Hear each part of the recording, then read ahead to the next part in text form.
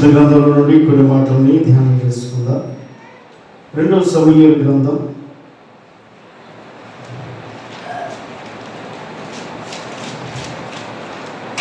22వ అధ్యాయము 3వ వచనం. 2 సమూయేలు 22వ అధ్యాయము 3వ వచనం. నా దుర్గము,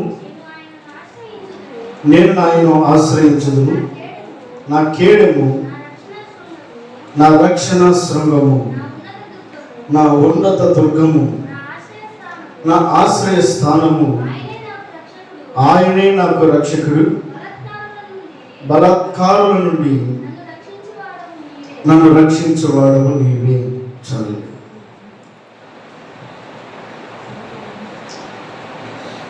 భక్తుడైనటువంటి దావీదు తన జీవితంలో ఎదురైనటువంటి పరిస్థితులు ప్రతికూలంగా ఉన్నటువంటి సందర్భంలో దేవుని ఆశ్రయించి, దేవుని మీద ఆధారపడి, దేవుని మీద నమ్మిక ఇచ్చినటువంటి సందర్భాన్ని మనం చదువుకుంటా ఉన్నాం. తన జీవితంలో ఎదురైనటువంటి పరిస్థితి తన వల్ల ఏమాత్రం కూడా అది ముందుకు కొనసాగలేదు.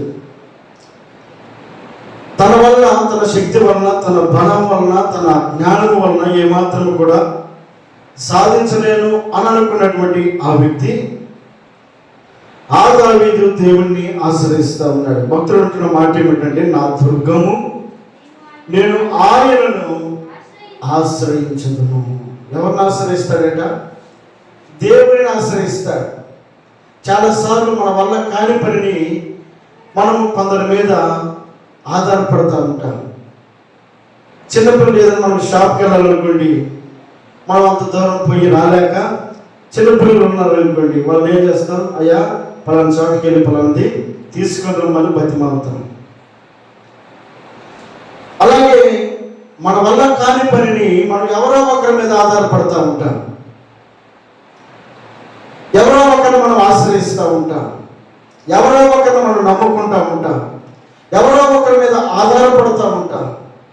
ఎందుకు ఆధారపడతాము అని అంటే, మన వల్ల కాదు కనుక, అవతల వ్యక్తి చేయగలుగుతాడు అనేటువంటి నమ్మిక ఉంది కనుక మనము మనకున్నటువంటి పరిస్థితుల్లో కొన్నిసార్లు మనము మనుషుల యొక్క సహాయమును మనం ఆశ్రయిస్తూ ఉంటాం, మనుషుల యొక్క సహాయం మనం కోరుకుంటూ ఉంటాం.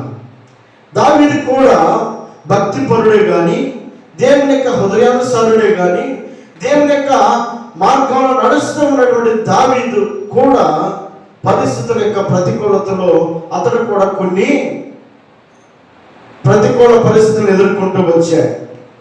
ఎంత గొప్ప స్థిరుడైన కేవలము ఒట్టి ఊపిరి వంటి వాడేట మనిషి.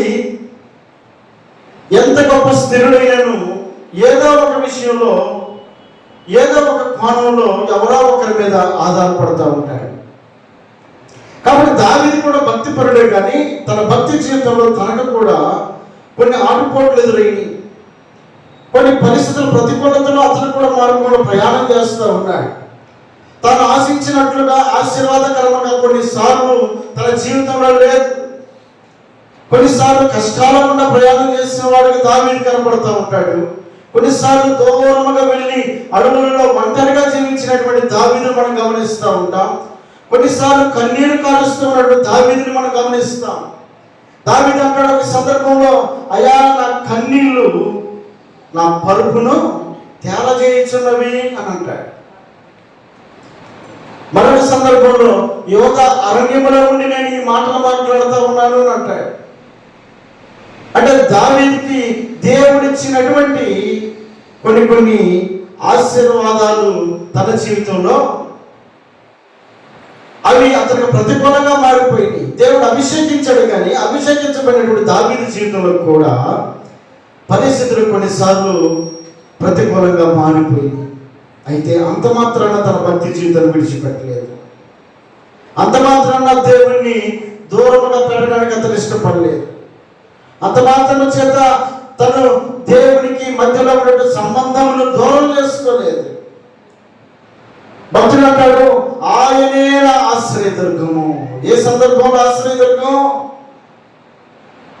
సంతోషం కలిగినప్పుడే కాదు, కష్టం కలిగినప్పుడే కాదు, ఆనందం కలిగినప్పుడే కాదు, శ్రమ లేకుండా ప్రయాణం చేస్తున్నప్పటికీ, ఇరుకు లేకుండా ప్రయాణం చేస్తున్నప్పటికీ, ఇబ్బందికరమైన పరిస్థితులు కూడా ప్రయాణం చేస్తున్నప్పటికీ దావీదు యొక్క గమ్యము ఏమిటి అంటే ఆయనే నా ఆశ్రయ దుర్గము అని అంటారు. ఎవరు అనగలరు అన్నమాట? ఎలాంటి పరిస్థితులు అంటున్నాడు? ఎలాంటి పరిస్థితుల్లో? మొదటి వచ్చిన చదువుతాం. యెహోవా తన్ను సౌలు చేతిలో నుండి, తన శత్రువులందరి చేతిలో నుండి తప్పించిన దినమున చూడండి. ఎక్కడున్నాడు దావీదు? తన జీవితం ఎక్కడుంది? సౌలు చేతిలో ఉంది, తన శత్రువులందరి చేతిలో ఉంది. తన జీవితము తను అనుకున్నట్టుగా, తను ఆశించినట్లుగా ఏమాత్రం కూడా కనపడడం లేదు. తను ఆశించినట్లుగా తన జీవితం ఏమాత్రం కూడా ఆ విధముగా కొనసాగలేకపోతా ఉంది. నేను రాజుని కదా, నాకేం కష్టం ఉంటుందిలే, ఏ బాధ ఉంటుందిలే, ఏ ఇరుక్కుంటుందిలే, ఏ సమస్య ఉంటుందిలే అని అనుకుని దావీదు ఒకవేళ ప్రయాణం కొనసాగించినప్పటికీ పరిస్థితులు దావీదుకి వ్యతిరేకంగా మారిన సందర్భంలో కూడా దావీదు అంటాడు, నేను యెహోవాను ఆశ్రయించి ఉన్నాను. 62వ కీర్తన మొదటి వచనంలో ఏమంటాడు?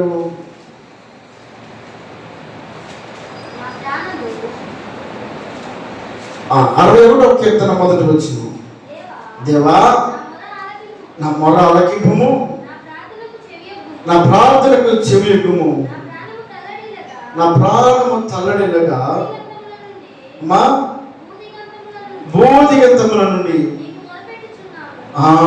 ఏం చేస్తున్నాడట? తన ప్రాణము తల్లడిల్లగా భూదిగంతముల నుండి మొరపెడతా ఉన్నాడు. భూదిగంతము అంటే భూమి ఉంది, దిగంతము అంటే భూమి లోపల. అంటే భూమి లోపల ఎవరు ఉంటారు?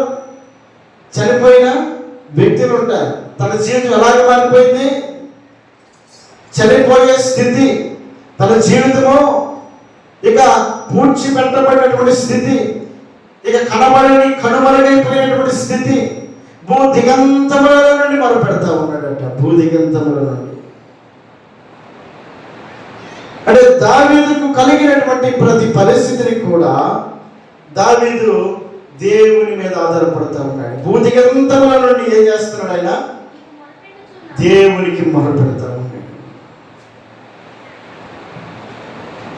63వ కీర్తన మొదటి వచనం, దేవా నా దేవుడవు నీవే, వేకువని నేను నిన్ను వెతుకుదును.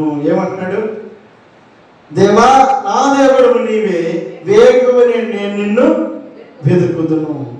ఇక్కడేమో భూమి దిగంతముల నుండి దేవునికి మొరపెడతా ఉన్నాడు.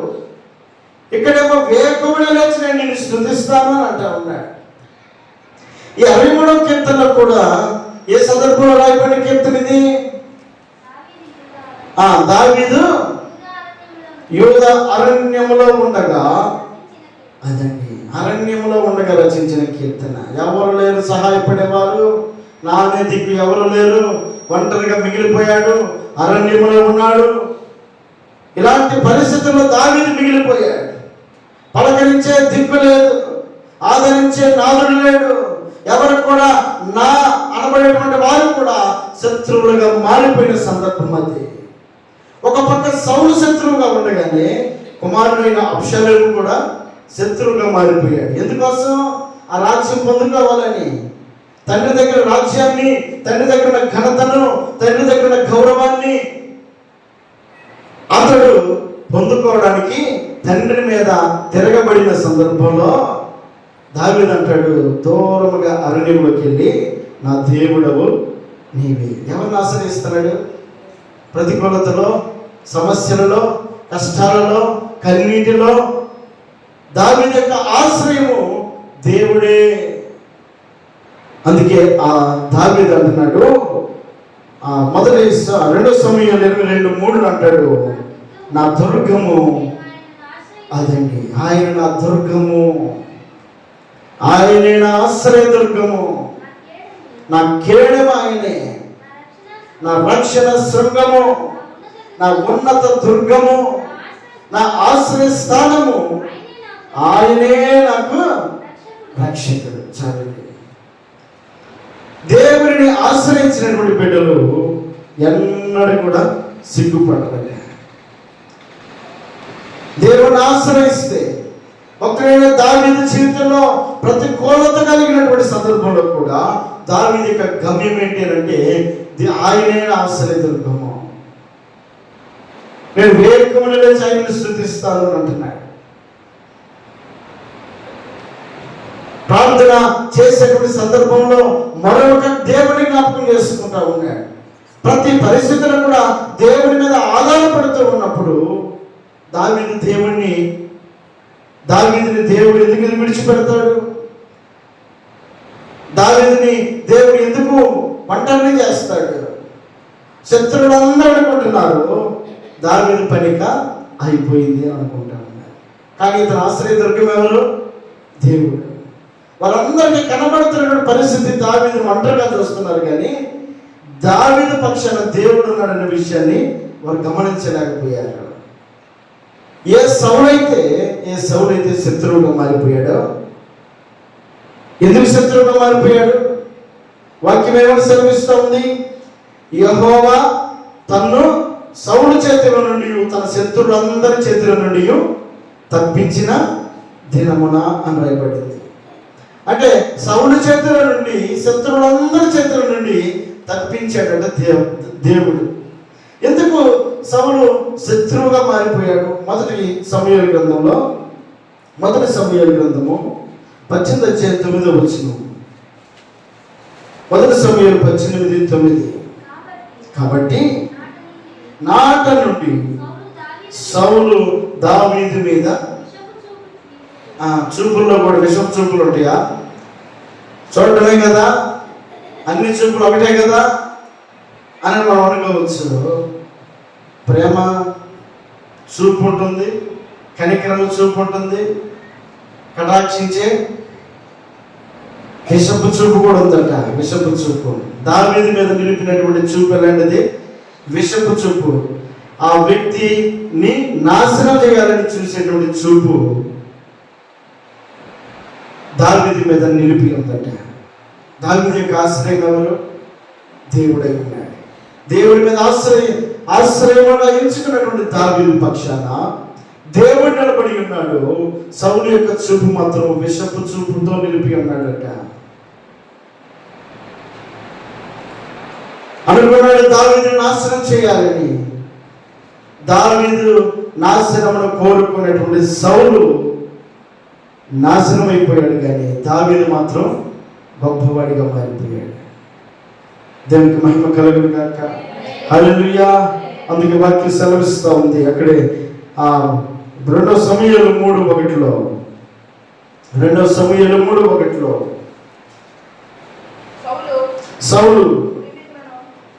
సౌలు కుటుంబీకులను దావీదు కుటుంబీకులను బహుకాలము యుద్ధము జరగగా దావీదు అంతకంతకు ప్రబలెను, సౌలు కుటుంబము అంతకంతకు. చాలండి. ఏమైపోయింది? విషపు చూపు నిలిపినటువంటి దావీదు అనుకున్నాడు ఈడంతా తేవాలనుకున్నాడు, కానీ ఎవరున్నారు దావీదు పక్షాన? దేవుడు ఉన్నాడు. మనుషుల యొక్క విషపు చూపులు మన మీద ఒకవేళ వారు చూడొచ్చేమో, వారు అనుకోవచ్చేమో, వారి మాటలు మనం నాశనం చేస్తే మనము భ్రమపడాల్సిన పని లేదు. మన ఆశ్రయదుర్గము దేవుడు అయినప్పుడు, మన ఆధారము దేవుడు అయినప్పుడు, మన గమ్యము దేవుడు అయినప్పుడు, ప్రతి పరిస్థితుల్లో మనము దేవుడి మీద ఆధారపడగలిగినప్పుడు మనుషుల యొక్క చూపులు మనం ఏమి కూడా చేయకూడదు. మనుషుల యొక్క మాటలు మనం ఏమి కూడా చేయవు. దావీదు మీద విషపు చూపు నిలిపి వేటాడి అడవుల్లోకి తరిమినటువంటి సౌలు కుటుంబం అట కొంతకాలం గడిచింది. దావీదు అనుకున్నాడు పారిపోయాడు వాడు అని అనుకునే, ఒకవేళ సౌలు అనుకున్నాడు వచ్చేమో. ఆ క్షణానికి ఆ సమయానికి సౌలు గెలిచినట్లుగా ఒకవేళ భ్రమపడి ఉండొచ్చేమో. సౌలు యొక్క బలము గొప్పగా కనబడచ్చేమో ఆ సమయానికి, కానీ అడవుల్లో ఉన్నంత మాత్రాన, ఒంటరిగా ఉన్నంత మాత్రాన, ఒక్కడే ఉన్నంత మాత్రాన, తన శత్రువులందరూ కూడా తన మీద దాడి చేస్తున్నటువంటి సందర్భంలో దావీదు యొక్క గురి ఏమిటంటే ఆయనే నా ఆశ్రయ దుర్గము. దేవునికి మహిమ కలుగును గాక.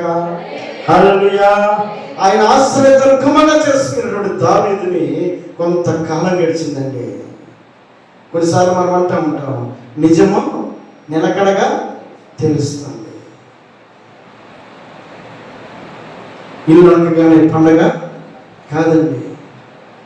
పరిస్థితులు ఒకవేళ ప్రతికూలంగా కనబడొచ్చేమో, మంచికి చెడే ఎదురవచ్చేమో, కానీ కొంతకాలం గడిస్తే దేవుడు మన పరిస్థితులన్నిటినీ కూడా మార్చగలిగిన దేవుడే.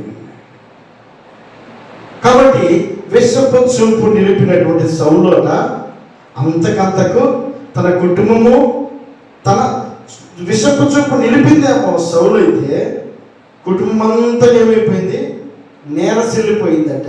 ఎందుకు పనికి రాకుండా పోయింది. ఒకప్పుడు గర్వించినటువంటి సౌలు కుటుంబం ఇప్పుడు నేరసిల్లిపోయింది. అంతకంతకు నేరసిల్లిపోయిందట.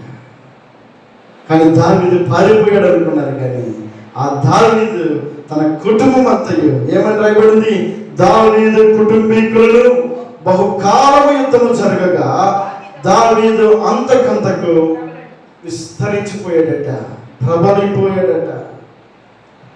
ఎందుకు కారణం ఏంటి? దావీదు పక్షాన ఎవరున్నారు? దేవుడు ఉన్నాడు. దావీదు పక్షాన దేవుని యొక్క సన్నిధి నిలిచి ఉంది. దావీదు పక్షాన దేవుని యొక్క కాపుదల నిలిచి ఉంది. కారణం ఏంటంటే దేవుడే నా ఆశ్రయదుర్గము అని అంటా ఉన్నాడు. తన బలాన్ని హెచ్చించుకోలేదు, తన బలగాన్ని హెచ్చించుకోలేదండి. దేవుణ్ణి ఆశ్రయించగలిగినప్పుడు మన పక్షాన దేవుడే నిలబడగలుగుతాడు. అందుకే వాక్యం ఏమని సెలవిస్తోంది, ఇశ్రాయేలును కాపాడు దేవుడు కునుకడు నిద్రపోడు. మనల్ని కన్నీటితో చూసి ఆయన మర్చిపోయేవాడు కాదండి. ఏ పరిస్థితులు అయితే మనము దేవుడి మీద ఆధారపడగలుగుతామో, ఏ పరిస్థితులు అయితే మనం దేవుని వైపు గురి నిలపగలుగుతామో, ఆయన ఆశ్రయించినటువంటి బిడ్డలు ఆయన అన్నిటిని కూడా విడిచిపెట్టే దేవుడు కాదు. కాబట్టి వాక్యం సెలవిస్తూ ఉంది, సౌలు కుటుంబము అంతకంతకు నేరసిల్లెను, దావీదు కుటుంబీకులు దావీదు అంతకంతకు ప్రబలిన. కారణం దావీదు పక్షాన దేవుడు నిలిచి ఉన్నాడు. ఎందుకనంటే దావీదు దేవుణ్ణి ఆశ్రయించేవాడు.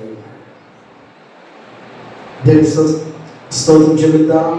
హల్లెలూయా, హల్లెలూయా. అందుకే వాక్యం సెలవిస్తూ ఉంది, సింహపు పిల్లలు లేమి గలవై కొదువైనట్టు ఏమో కానీ తనను ఆశ్రయించు బిడ్డలకు ఆయన ఏది కూడా కొదువయించు. ఏ విషయంలో మనం కొదవగలిగి ఉన్నామో, ఆరోగ్య విషయంలోనా, అక్కర విషయంలోనా, అవసరత విషయంలోనా, సమస్యలలోనా, ఏ విషయంలో అయితే మనం కొదువు కలిగి ఉన్నామో ఆయన ఆశ్రయించిన బిడ్డలకు కొంతకాలము తర్వాత తప్పక మన పరిస్థితులను మార్చగలిగిన వాడు దేవుడే. దేవునికి మహిమ కలుగును గాక. హల్లెలూయా, హల్లెలూయా. రెండవ మాట ఒకసారి చూద్దాం. అక్కడే రెండవ దినవృత్తాంతాల గ్రంథం 14వ అధ్యాయము 1వ వచనాన్ని చూద్దాం. అబీయా తన పితరులతో కూడా నిద్రింపగా జనులు అతనిని దావీదు పట్టణమందు పాతిపెట్టింది. అతనికి బదులుగా అతని కుమారుడైన ఆసా రాజాయను. ఇతని దినములలో దేశము 10 సంవత్సరములు నెమ్మది పొందెను. ఆసా తన దేవుడిని యెహోవా దృష్టికి అనుకూలముగాను యథార్థముగాను నడిచిన వాడై. చాలండి. ఈ ఆసా అనబడేటువంటి రాజు దేవుని దృష్టిలో అతను యథార్థముగా నడిచిన వాడుగా ఉన్నాడు. తన యథార్థతను బట్టి దేవుడు అతను పరిపాలించినటువంటి సంవత్సరములన్నిటినీ కూడా ఆయన నెమ్మదిగా దేవుడు మార్చేశాడు. సరే, పరిస్థితులన్నీ ఇలాగే ఉంటాయి కదా అని చెప్పని తన జీవితంలో అనుకుంటే, కొంతకాలం తర్వాత శత్రువులు తన మీద దండెత్తడానికి వచ్చారు. అంటే కొన్నిసార్లు అన్ని అనుకూలంగా ఉన్నప్పుడు శత్రువులు మన మీద దాడి చేయడానికి ప్రయత్నం చేస్తారు. మన సంతోషమును, మన నెమ్మదిని, మన నిమ్మలత్వమును పాడు చేయడానికి, మనలను గందరగోళం చేయడానికి శత్రువు తప్పక ఎప్పుడు పొంచే ఉంటాడు. మన సంతోషాన్ని చూసి ఆనందించలేడు, మన నెమ్మదిని చూసి ఆనందించలేడు. ఏదో ఒక కోణంలో ఎక్కడ అవకాశం దొరికితే అక్కడ మనలను తన వైపు త్రిప్పుకోవడానికి శత్రువు ప్రయత్నం చేస్తూనే ఉంటాడు. ఎలా ఉందో పరిస్థితి? 10 సంవత్సరాలు నెమ్మదిగా ఉందట, నిమ్మలంగా ఉందట. ఇంత బాగా చక్కగా దేవుని కాపుదల్లో ఉన్నటువంటి ఆశకు శత్రువులు కంకణం కట్టుకున్నారు, ఆ రాజ్యంలో పాడు చేయాలని. 9వ వచనం చదువుతాను. కుషీయుడైన జరాహు వారి మీద దండెత్తి 1000 సైన్యమును 300 రథములను కూర్చుకొని బయలుదేరి మారేషా వరకు రాగా ఆస అతనికి ఎదురుపోయింది. వారు మరేషా వద్ద జపాత అను పల్లపు స్థలమందు పంక్తులు తీరి యుద్ధమునకు కలపగా. చదవండి, ఎలా ఉన్న పరిస్థితి? పల్లపు ప్రాంతము, చుట్టూ కొండలు ఉన్నాయి, మధ్యలో ఎవరికి కనబడకుండా శత్రువులు ఏం చేస్తున్నారు? అక్కడ మాటేసి కాల్చుకొని ఉన్నారు. ఎప్పుడు తన ఆశ మీదకి దండెత్తి ఆశను పాడు చేయాలని, ఆయన రాజ్యమును కొల్లగొట్టాలని 1000 సైన్యమును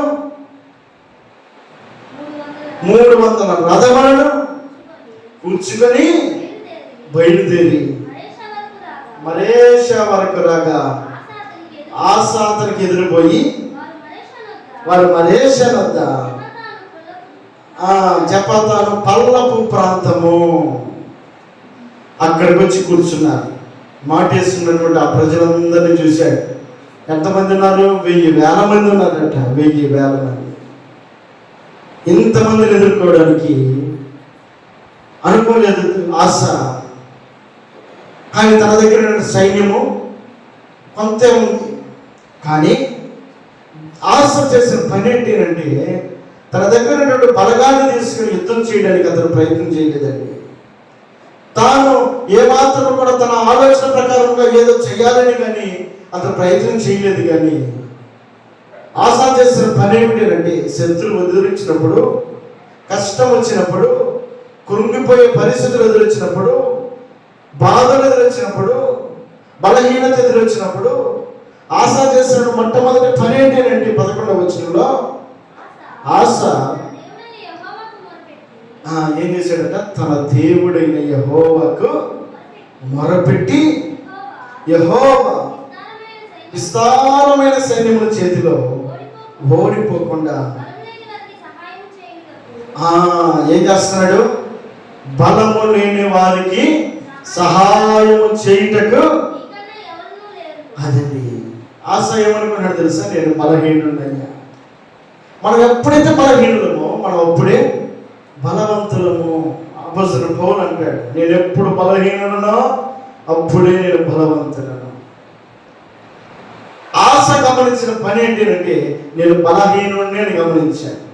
చాలాసార్లు మనం ఏదో చేయాలని చెప్పని మనకున్న శక్తి సామర్థ్యాలను ఆధారం చేసుకొని మన మీద మనం ఆధారపడితే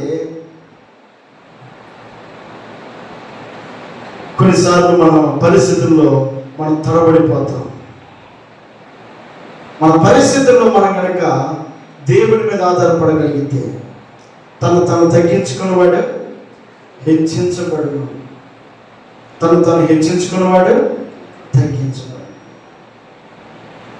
అక్కడ ఉన్నటువంటి సైన్యం అంతా కూడా 1000 మంది సైన్యం తన ముందు కనబడతా ఉంటే ఆశ అంటాడు, అయ్యా నువ్వు బలహీనులకు బలాన్ని ఇచ్చే దేవుడు కదా.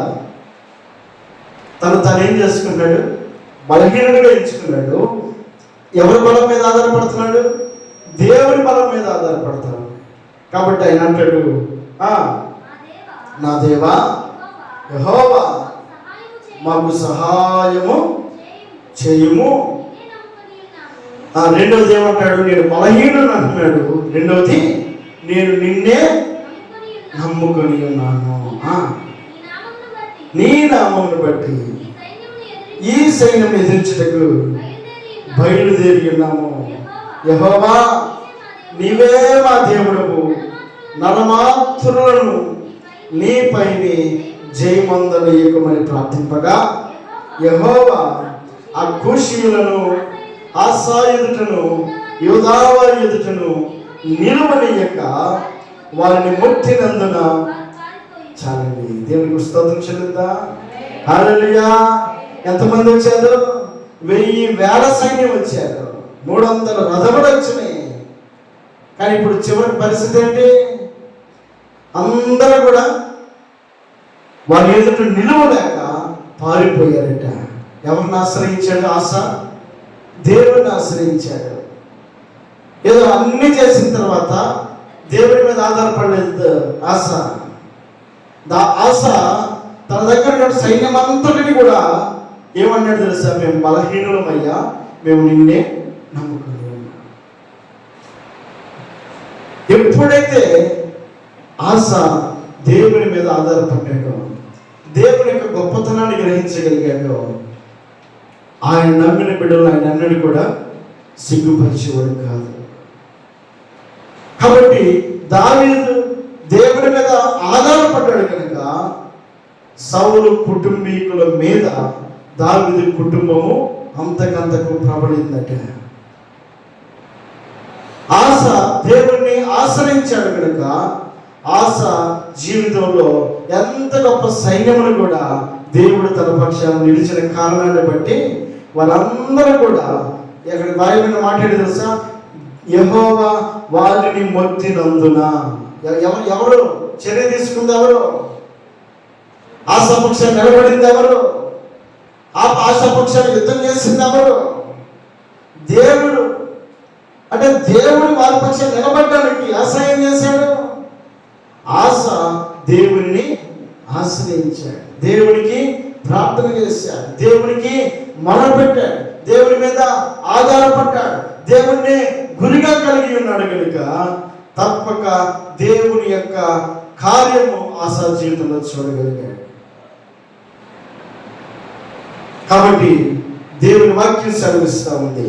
చదువుదాం ఒక మాట. ద్వితీయోపదేశకాండం 4వ అధ్యాయం 7వ వచనంలో. ద్వితీయోపదేశకాండం 4వ అధ్యాయం 7వ వచనంలో, ఏలయనగా మనము ఆయనకు మొరపెట్టినప్పుడల్లా మన దేవుడైన యెహోవా మనకు సమీపముగా ఉన్నట్టు మరి ఏ గొప్ప జనమునకు ఏ దేవుడు సమీపముగా ఉన్నాడు? ప్రశ్నిస్తా ఉన్నాడు భక్తుడు, ప్రశ్నిస్తా ఉన్నాడు. ఏమంటాడు? మనము ఆయనకు మొరపెట్టినప్పుడల్లా మన దేవుడైన యెహోవా మనకు సమీపముగా ఉన్నాడట. సమీపముగా ఉన్నాడు.